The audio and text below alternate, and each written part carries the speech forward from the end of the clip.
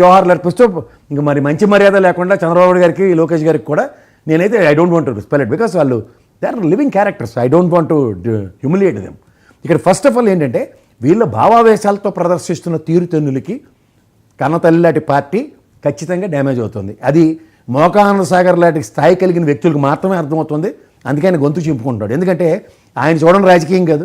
వెంకటేశ్వరరావు గారి కమిట్మెంట్ గురించి నేను చెప్పక్కర్లేదు. ఎందుకంటే is a committed soul for the party and కంటిన్యూస్గా వాయిస్ ఇస్తూనే ఉన్నాడు.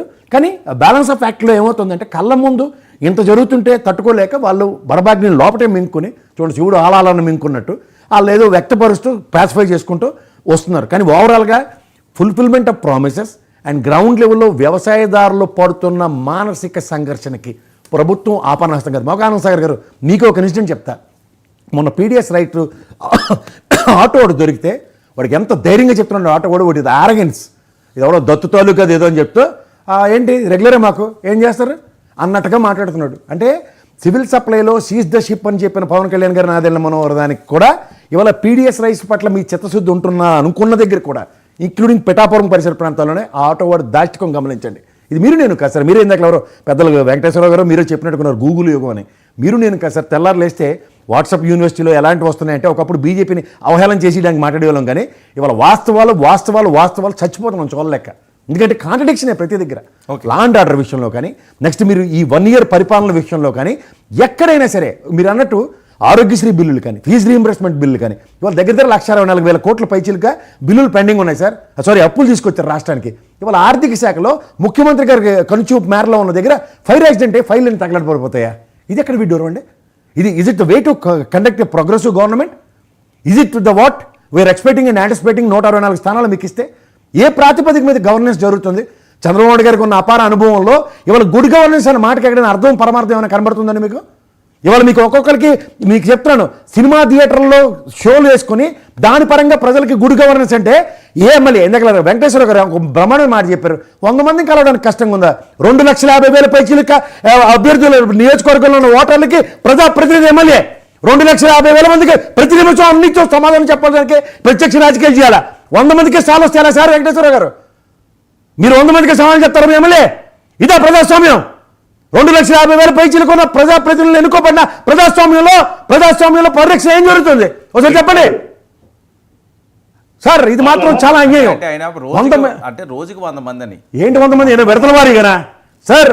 పుత్తరంపల్లి సోదరయ్య దామోదర్ సంజీవ్ గారు మహానుభావులు ఎంతమందిని ఎంత రకాలుగా కలిసేవారు? ప్రత్యక్షంగా ప్రజల్లోకి వెళ్ళి కలిసేవారు.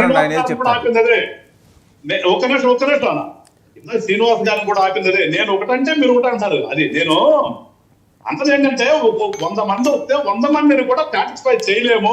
ఎందుకు చేయలేరు? అలాంటప్పుడు వాళ్ళు ఎందుకు ఎక్కడెక్కడ చెప్తారు అన్నది సార్ ఇస్తారు అన్నది కాదు సార్. సార్ మీరు ఇస్తారు వెంకటేశ్వర గారు మాట్లాడద్దు. నేను అదే చెప్తాను. ఒప్పుకోను. నేను శ్రీనివాస్ గారు అన్నదాన్ని కూడా ఏంటంటే ఎమ్మెల్యేలు మాట్లాడుతున్నప్పుడు ఎట్లా సార్? నేను మాట్లాడినప్పుడు మీరు వేరే వ్యక్తులు చెప్తారు దాన్ని సరి చేస్తున్నాను.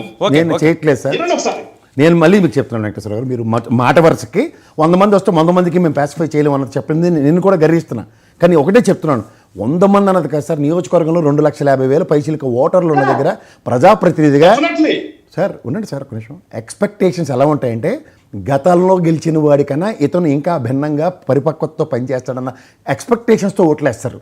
ఎక్స్పెక్టేషన్స్లో కనీసం సంవత్సరం గడిచిన తర్వాత కూడా ఎక్స్పెక్టేషన్స్కి రీచ్ కానప్పుడు ఏం చేయాలి? మీలాంటి పెద్దలే చెప్పాలి దానికి. ఎందుకంటే నిరుత్సాహం, నిస్సహాయత, చేతకాంతనం ఇవన్నిటితోనూ ప్రజల్ని పాసిఫై చేద్దామంటే ఏ రోజు కారోజు మసిపూసి మారేడికాయ చేద్దామంటే ఈరోజు ప్రజాస్వామ్యంలో ప్రజలు ప్రతిదాన్ని 100% ఎక్స్పెక్టేషన్స్తో ఆస్వాదిస్తున్నారు.